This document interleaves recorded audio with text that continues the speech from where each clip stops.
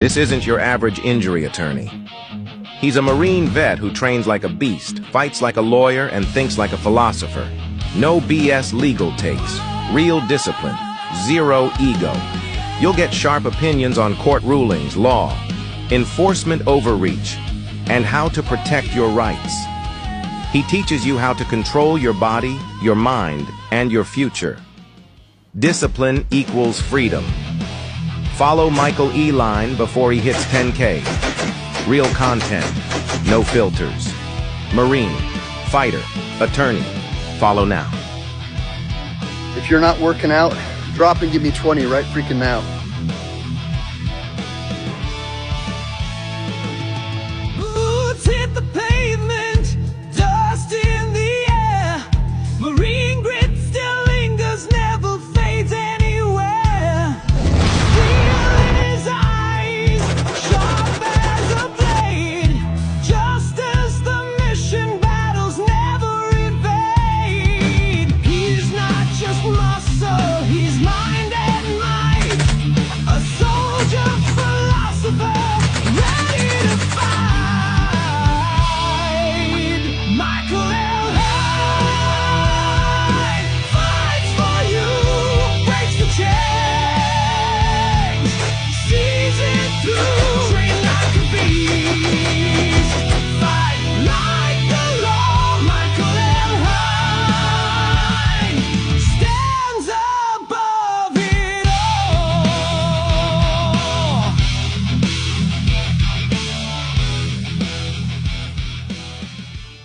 This isn't your average injury.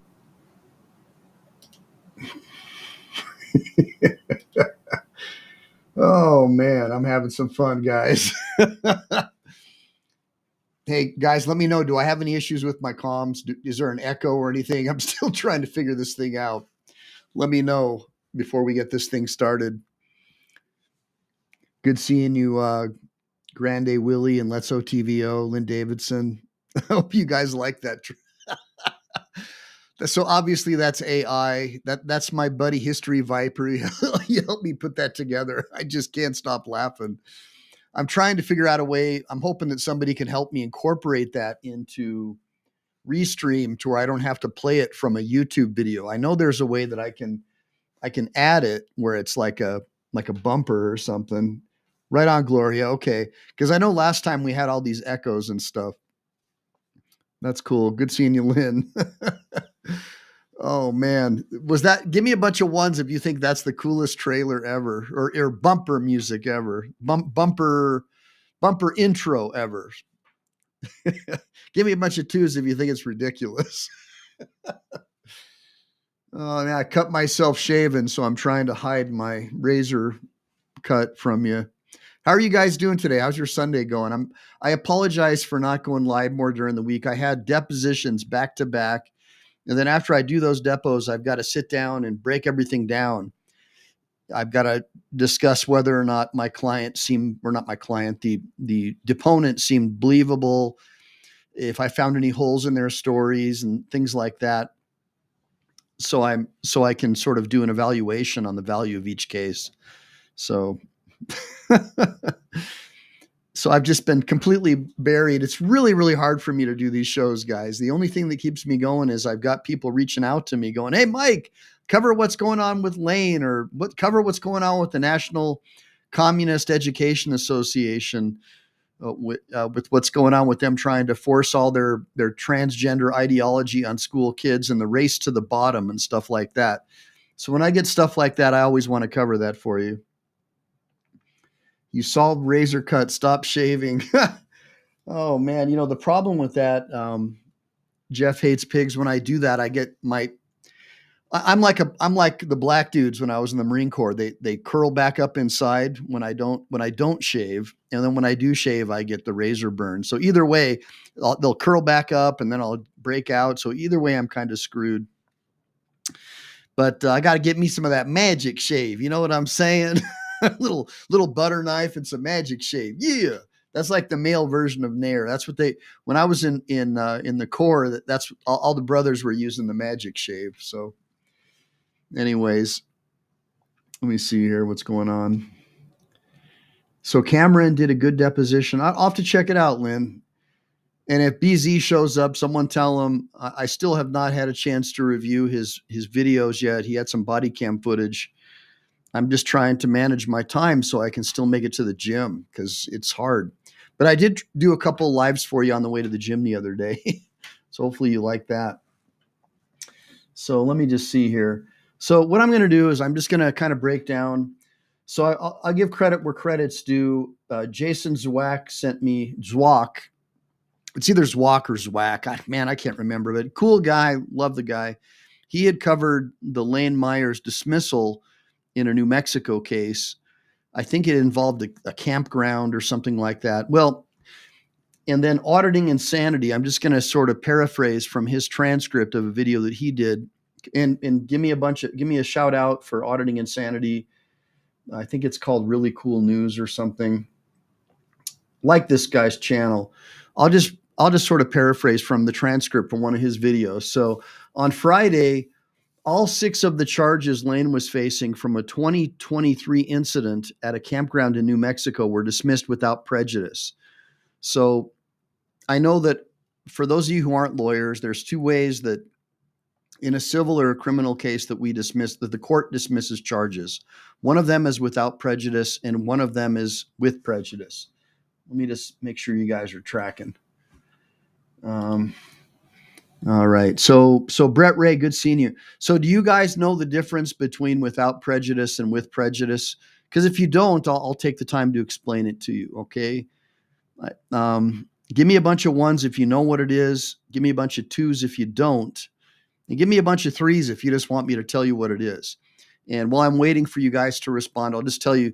So I am a lawyer licensed in California and Texas. I've been practicing law for about 20 years. I got my start doing appellate law and criminal defense primarily. And then I had a short stint at the LA City Attorney Criminal Prosecution Division when I was studying to be a lawyer on the law study program. And I became a lawyer on the California State Law Office study program. So I'm not one of these guys who was brainwashed in the Marxist-run law school system.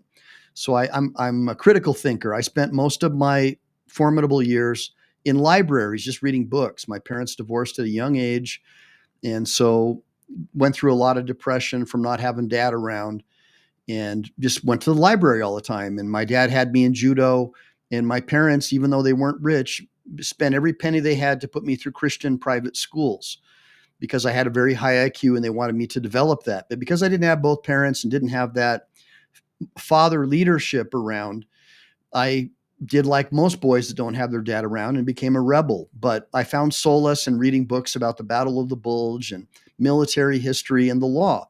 So I read Blackstone's commentaries on the English law, I think when I was like 10 years old, and had an affinity for the law. And I was on a bus to MEPS. I got kicked out of school for fighting, and I went on an independent study program and got a full-time job as a painter's apprentice. And so I had a truck, Mazda B2000, and manual, of course. And I worked as a painter's apprentice, would get up at like 0300, moved out of the house when I was like 16 and was working construction. And my father in the summers would always have me work construction with him because he was a builder. He built most of the Denny's restaurants in the United States. He got out of the Marine Corps from Vietnam as a ditch digger, making like $2 an hour, and worked his way up to becoming the general manager of CBR Development, which built all the Denny's and Winchell's restaurants in the country. And obviously he went through a lot of depression, not only from the Vietnam War and being in combat for 2 years, but also from my mom and him breaking up. That destroyed him. And he never recovered from that divorce because being Swedish Lutherans, divorce is just not something, at least back then, that was acceptable. That's before the Marxists took over the Methodists and the Lutheran and all those different churches, right? It used to be that they were very conservative, pro-family. And so that was his era. And so he was just always depressed and bummed out. And so I ended up working construction with him and working with all the tradesmen, becoming a licensed contractor myself. But I was on a bus to MEPS as soon as I graduated from this independent study program. And MEPS is where we went to, and I see your 3s, so I'll tell you what it is in a second.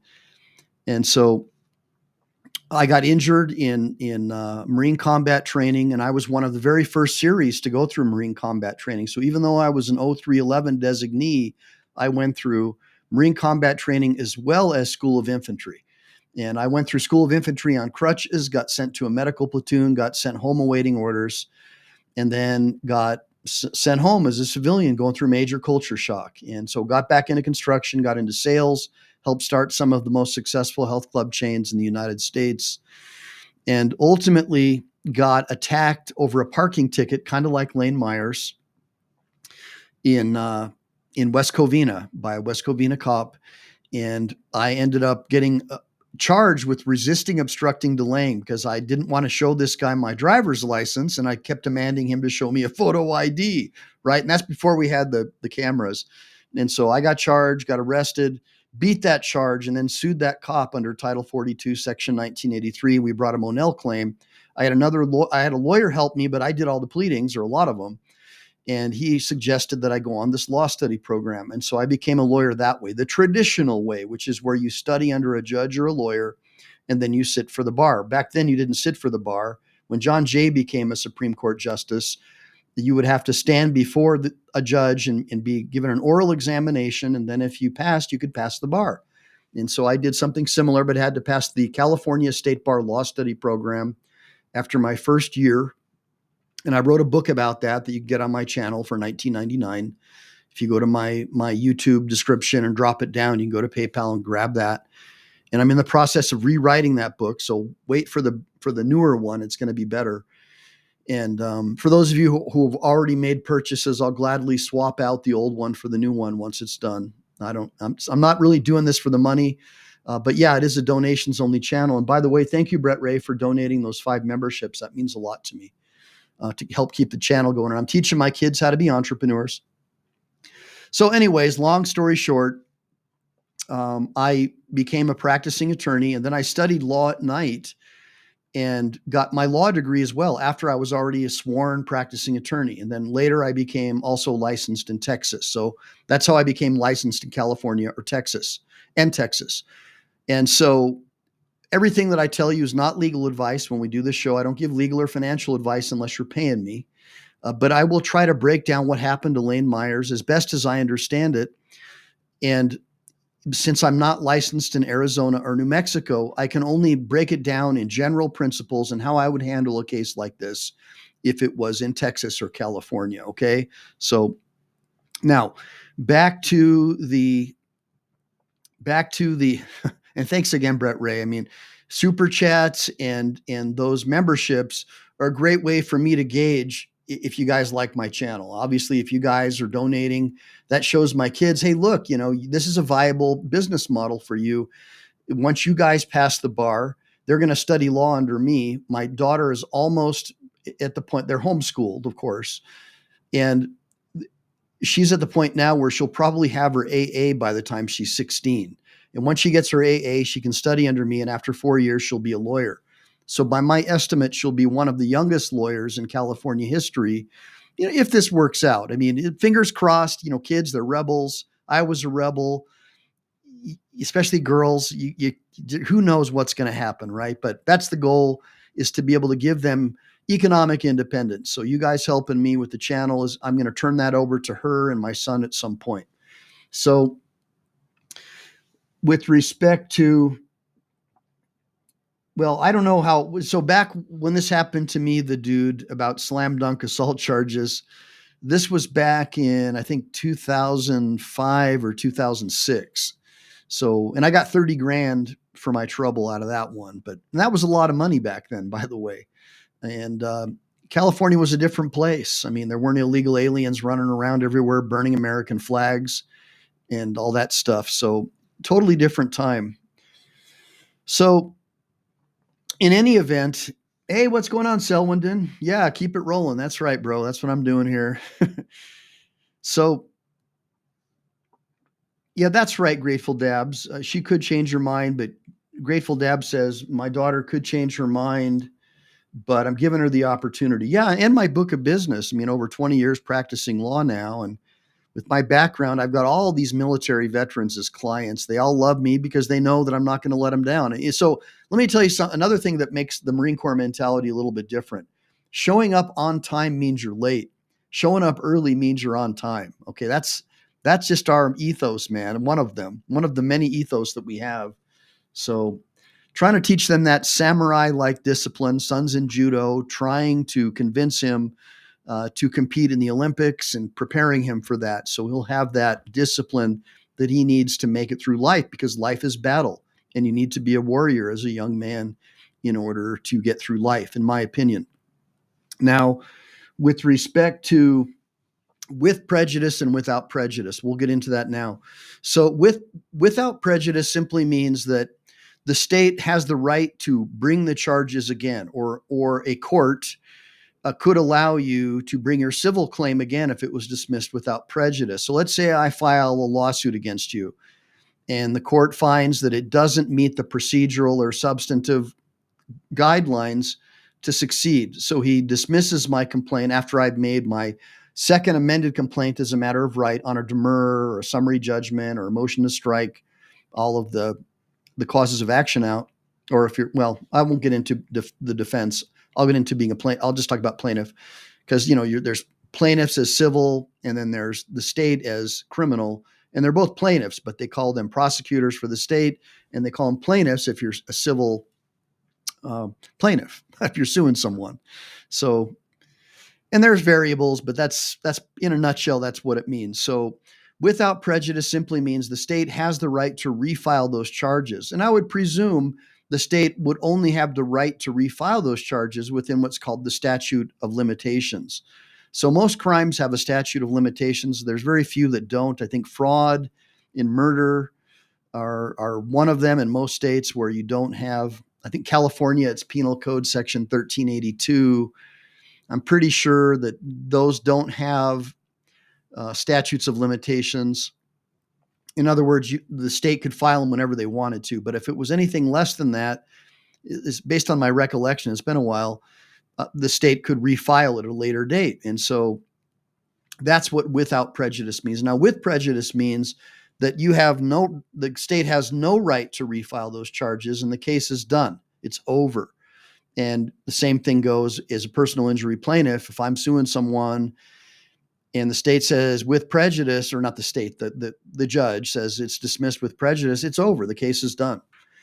And most of the time, a case would get dismissed with prejudice if it goes to trial and we win on the merits, or I have a general release of all claims and we settle it and it has been filed as a lawsuit, that would be dismissed with prejudice as well. After payment of the judgment, right? And then if there's no insurance and you try to collect on the judgment, if you don't make a good faith effort to collect, I think it's within 3 years, then it just, by operation of law, you don't have the right to collect the money. So that's another issue. Getting a judgment's worthless usually unless there's insurance money, but that's neither here nor there for purposes of this conversation. But hopefully now you understand, Lynn Davidson, the difference between with prejudice and without prejudice in a criminal and civil context, as a general explanation. Obviously, I could talk about it all day. I could write a treatise on what it means. But so one of the things that I also try to do for you guys is I don't try to throw a bunch of legalese at you, because I know you're not lawyers, and I know most people don't like lawyers. I'm not dumb, because I was you before I became a lawyer. And I still consider myself to be a man of the people, but I'm also a man for the people. And so I try to break things down to you guys in a way that is a layman's explanation, because I got a construction background, and it's no point in me trying to throw all these Latin terms at you and act like I'm super smart. I do that in court. Okay. And sometimes you'll catch me talking like a lawyer, but I really try my best to just be a common man upon the land, a free man on the land, and try to talk to you like you're normal people, because you are. And it's unfortunate that we have to be more formal in court, but they've got their rules, and there's rules, and you got to go by their rules. Otherwise, you might get the book thrown at you, or you won't be taken seriously. And so that was something, that was one of the issues that I had with the Lane Myers case. And I think Lane and Chili DeCastro both know that I have utmost respect for both of them. I love Chili. I consider him to be a blood brother. And I did my best to be there for him and visit him in court when a lot of people gave up on him. And I haven't given up on Lane Myers because I think that he's a good guy. And I think that he's got a lot of great qualities. So we're going to talk about Lane. And before I get into Lane's, the facts of this case, one thing I want to tell you guys, it's really easy to be an armchair general and say, oh, Lane gave up, he quit, he pled out. Guys, I don't know if you've ever been to jail, but speaking as someone who has, it is the darkest dungeon, the most horrible place you could ever want to be in your life. And I have absolutely no negative opinion of Lane for pleading out. Once you're restricted from having freedom of movement and potentially having been attacked by a corrections officer and being in fear for your life, you're going to plead out. You're just like the Jan Sixers. A lot of those guys, they were denied the right to counsel. They were kept in these 10 by 10 cells. They were their lives. They were separated from their families. Even if you can't run your business for a couple of weeks, that can put you in the red for 2 years. So you got to think about that. He has a family he's looking after. Like, it really hurt Chili's channel and his livelihood too. I did my best to help him with his YouTube channel when he was locked up, me and Brian over at Here's the Deal. But even then, I'm not Chili. I'm not a dynamic guy like him. The guy has got star-like qualities that I could only dream of having. So it'll hurt you. It'll absolutely destroy your ability to survive. So of course you're going to plead out. And so, I just hope that you guys will understand that it is no place that anybody ever wants to be. And we know that like 99% probably of people who are locked up are going to plead out to something so they can get out. And Lane did that. He pled out. But Lane also tactically, if he follows through, may have something going for him that could wipe out that Arizona case completely. And we're going to talk about that a little bit as well. So, and that's one thing about Lane, man. I when I first saw him, this guy's crazy. He's wearing a bow tie. He's cussing. He's cutting off the judge. He's cutting off the prosecutor. This is not going to end well. And it didn't end well. But he seemed to always find a way, just like the Marines do, to turn lemons into lemonade. And one of the things they taught us in boot camp was Marines are different. We can do so much with so little. We can do anything with nothing. And so I still have faith that if Lane gets his courage back, which I'm sure he's lost a lot of wind from his sails after what happened, if he gets it back and people like us, even though he's not a religious guy, pray for him, and hopefully he'll get some of that spiritual energy, maybe he will follow through with that appeal. And so we'll talk about that as well. Let me see here. Hey, Aunt Pasano, good seeing you, man. Yeah, that's right, Gloria. Gloria says Chili is a good guy and he's got a big heart. There's no question about it. And Chili learned a valuable lesson too after what happened in his Nevada case. I mean, look, life is a learning experience. It's easy to sit there and judge people and put them down. Chili did his best, and ultimately he won his case on appeal. So there's no other nothing like success. All right, so he won, and so all the people who were hoping that he would go down, those people are just worthless types of people who don't understand humanity. That you should never, ever hope that somebody gets falsely prosecuted just because you don't like them and stuff. That's just satanic. That's Luciferian. Give me a bunch of ones if you agree. Hey, what's the matter, you? I'm glad to see you, bro. I haven't seen you in a while. I was thinking I maybe had lost What's the Matter You, but I'm glad he's back. This is one of my favorite guys on my channel. I like him because he's like the devil's advocate with me, and always makes me think deeper into things, because I get pretty dogmatic and pretty one-way-ish opinionated on a lot of stuff. So that's another thing I wanted to thank you guys before I get in more into Lane Myers' story is that you learn more by teaching and by getting input, and I consider you guys in many ways to be like students, not, but you're also my equals, okay? But with respect to my legal knowledge, I consider you to be, for lack of a better word, students. I try to teach you things that I know without practicing law, right? Like general legal principles and things like that, like a law professor. And you learn more from teaching than you do from sitting in a classroom. Honestly, I when I get input from guys like Lenny, James Forbes, my Marine brother, and guys like What's the Matter You and Kinetic Customs, it helps me expand my thinking. And so doing this YouTube show for, I guess, over a year now, since I got back on and helped out with Chili's channel, it's really helped me grow as a person. So I wanted to thank all you guys for sticking it out with me through my sciatica and all the stuff that I've been going through, getting older and getting slower. It's just nice to have all you guys. So I do really appreciate you guys being there and helping me grow as a human being. So, I really do try to learn and listen and not just dictate and not be an a-hole. I really want to learn from you guys as well. So it means a lot to me uh, that you guys stuck it out with me throughout all these times. And I've got a pretty good following now. We're almost up to 60,000 subscribers. We may hit it today if you guys will share this video and buy some additional subscriptions where YouTube will send them out to other people. That may get us there. I think we're only about 90 subs short, guys. That'll be a huge thing, because I think when I started, we were at about 3,000 subscribers, which is unbelievable to me.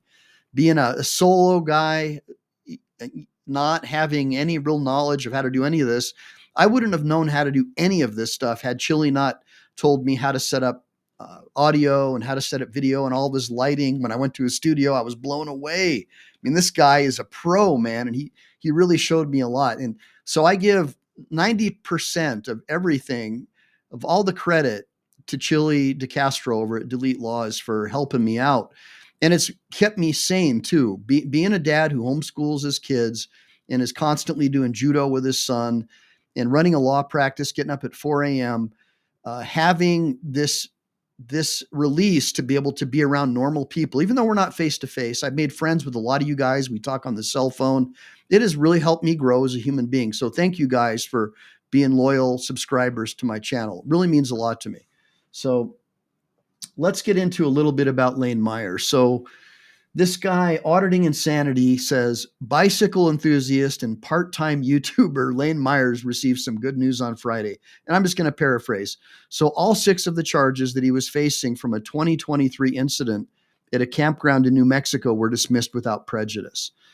And the next hearing in the case was scheduled for Monday, but as of Friday afternoon, Judge Catherine E. Taylor removed the hearing and dismissed the charges against Myers. Originally, it was filed in 2023, and there were a lot of delays in that case because of his situation in Pima County, Arizona, because Lane had failed to appear for a bench warrant. And so it says here the original judge recused themselves. Myers' counsel quit the case, and Myers himself was held in Arizona.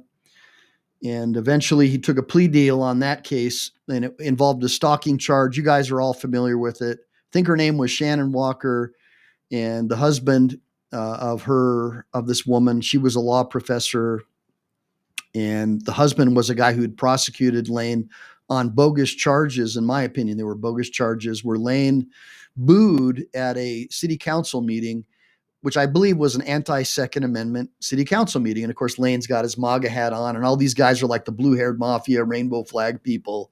And so they arrested him on these charges. And then Lane found out, I guess, that the wife of this prosecutor who went after him was somehow, or her university where she was teaching was somehow involved in some project with the city attorney. And so he tried to interview her, and ultimately he was accused of stalking and harassment. And he ended up getting arrested for, I guess, violating an injunction to stay away or not call or do YouTube videos about her. And I guess he did some YouTube videos about her anyways. And that was the basis of the arrest. And so he appealed that. And I believe that's still on appeal, the original injunction or stay away order, which got him landed in jail. And then, of course, they charged him with millions of felonies. Not millions, I'm just kind of joking, but charged him without a lot of charges and scared the bejesus out of him, I believe. And he got locked up for months and ultimately, allegedly, was attacked by a corrections officer. And so he pled. He took the deal so he could get out. And again, don't begrudge him for that. I really hate it when people are like armchair generals and they try to attack people when all they were trying to do was, at the time, was they felt in their best interests. And so this New Mexico case, which is what we're talking about today, leaves a lawsuit where Lane has, I guess, sued this guy who originally had called the police on him. It's probably a state actor claim under the Civil Rights Act. And a state actor is basically where someone acts under color of law to use law enforcement to further their aims. That's one of the ways a state actor could come into play. And I think his name was Free or something like that. So ultimately, he had fought this civil no contact order in the Arizona case. And what Auditing Insanity is saying is that the Arizona Court of Appeals gave him an extension to file his opening brief. So he hasn't filed his opening brief yet, which is kind of shocking to me because that doesn't strike me as Lane Myers.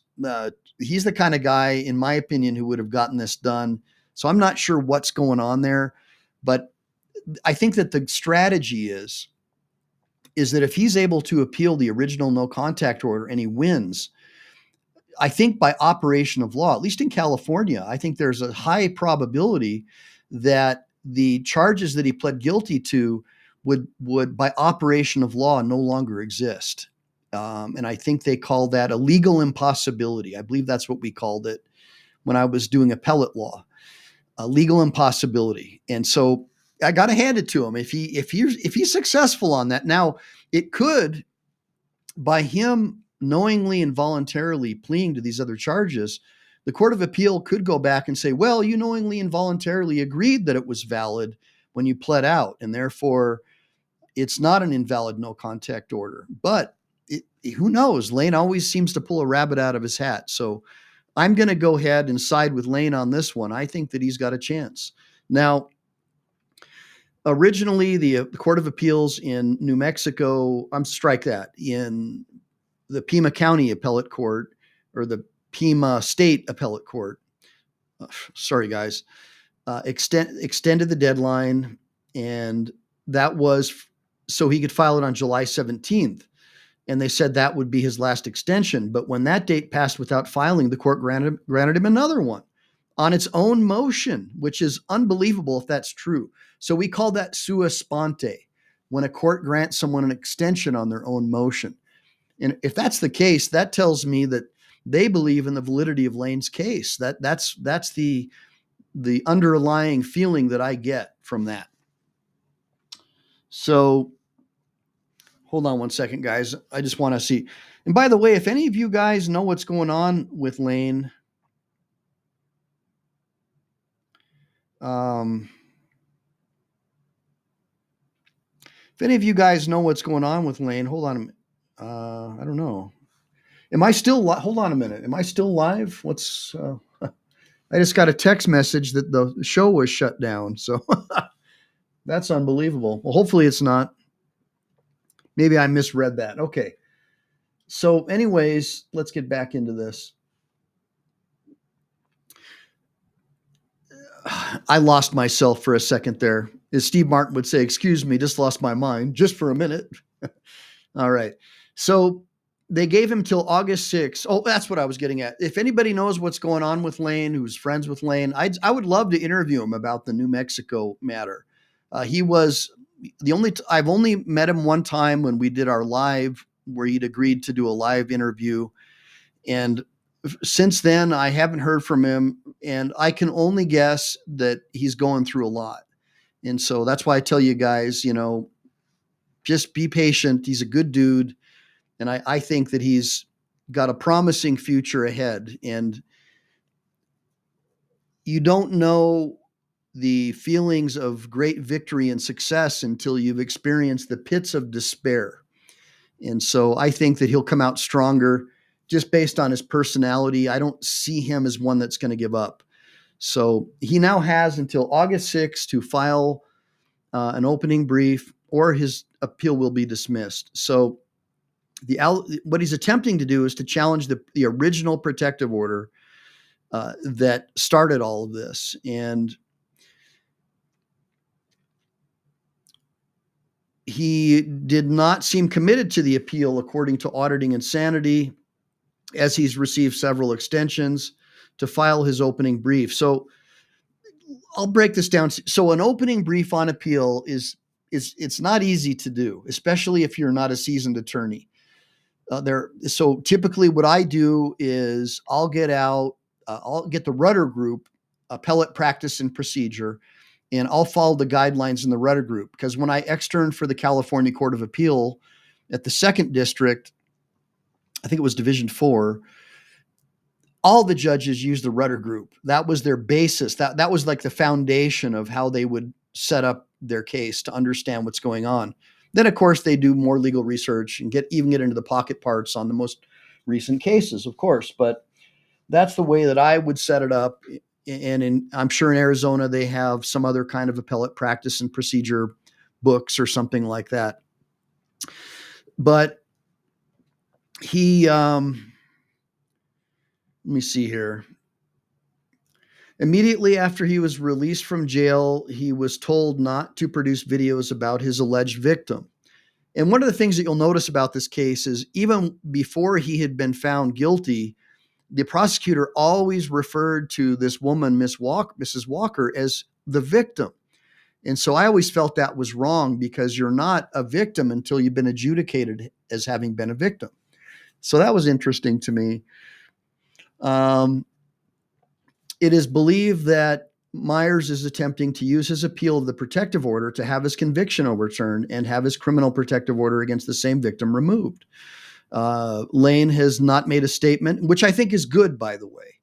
But I think that if he wanted to do an interview with me, we would limit it to the facts and we wouldn't get into narratives. But I think the smarter move is let's wait until after his case has been decided and then have him come on, because I don't want to be the genesis of something that could harm his case. But in any event,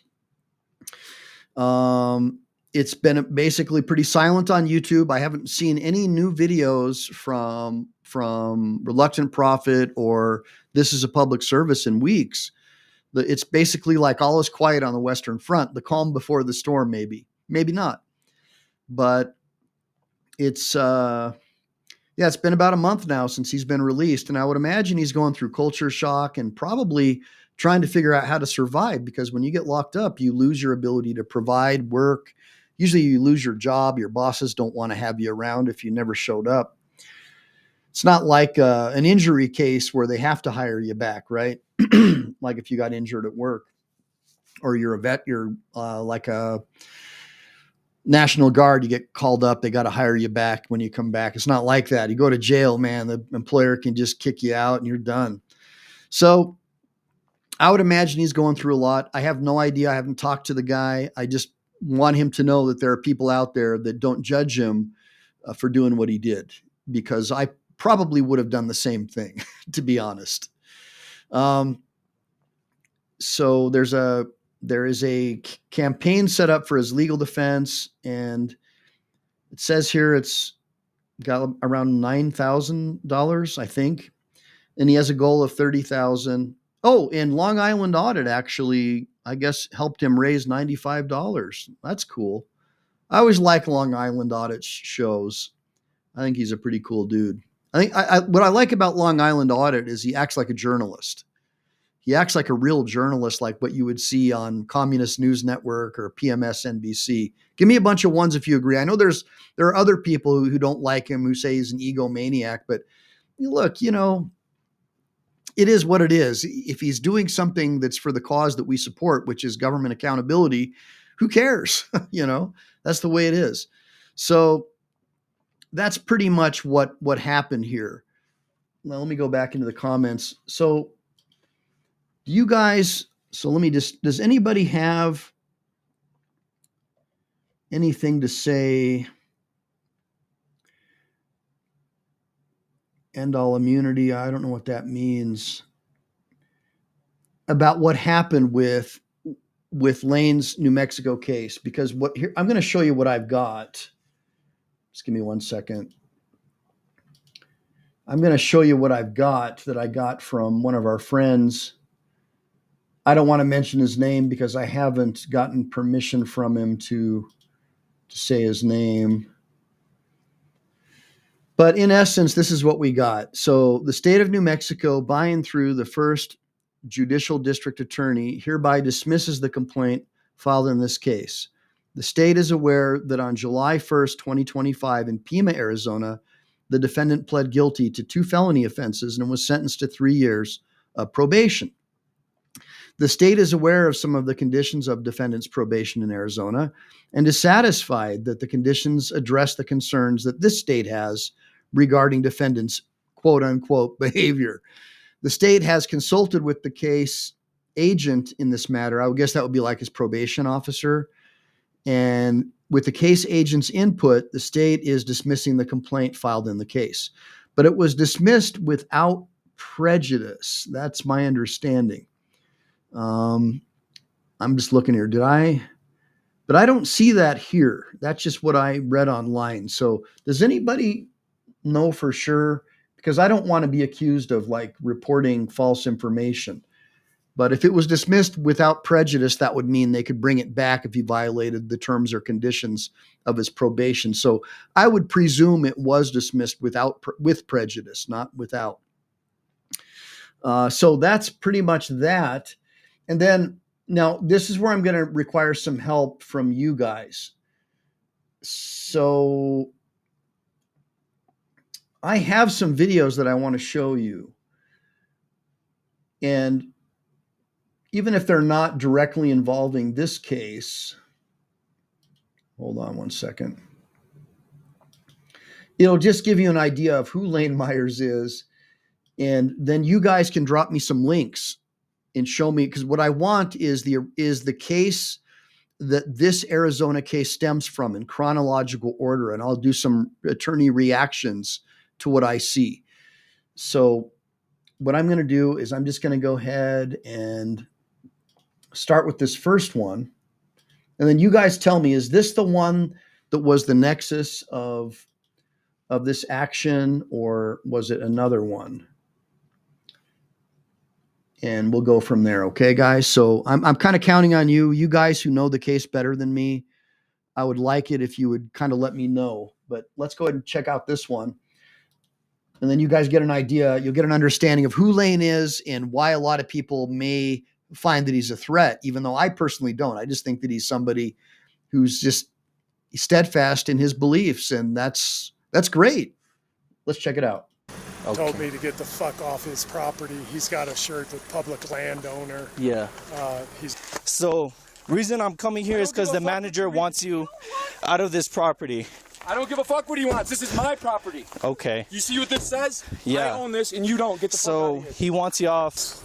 Real aggressive, and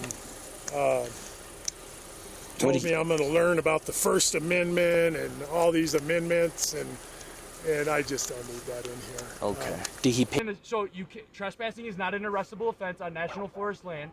This is national public land. It's a First Amendment right to access a traditional public forum. It's my First Amendment right to be here. He called you and said what?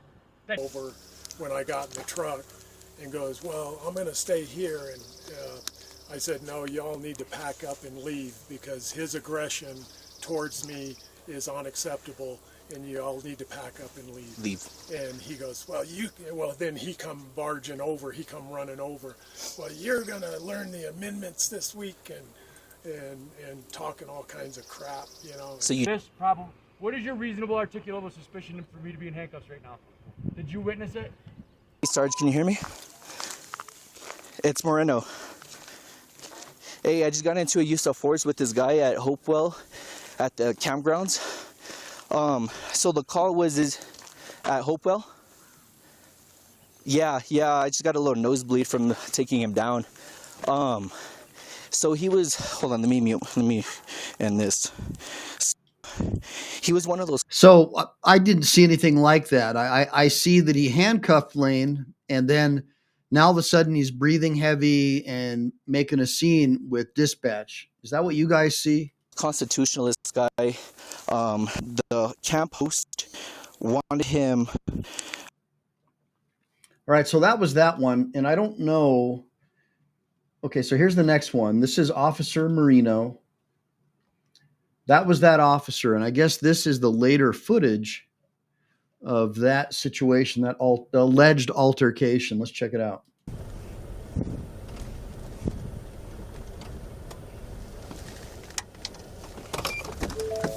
Yeah, I got no comms, man. Huh? I got no comms at all. No, so did you talk to the host manager? Not yet. No. Where are they at? Are they down They're there? in lot 3. Okay. He's being arrested. This guy? Yeah. Okay. Can you see my bloody nose? A little bit, yeah. I need you to take a picture right now.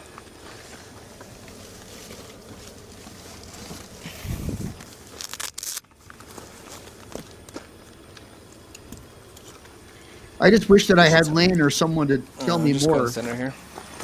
I hope She, the she right doesn't know video for anything. New She said Mexico. you came up and pointed their gun at her dog. Yeah, because they came out pretty aggressive. And any cuts to your wrists? Hey, by the way, is that Poncherello from Chips with the blue uniform? How do you like the extra tight sleeves? It sounds like somebody has a little bit of a inferiority complex where he's trying to show off how muscular he is. What do you guys think? Nothing? Okay. Just take a picture of my uniform. Yeah. Just right there. Right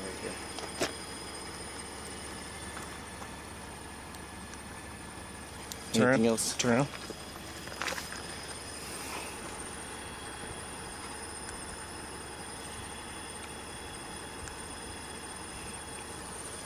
Okay. I think that's it. That's it. I need you to go talk to lot 3. Okay. Tell them.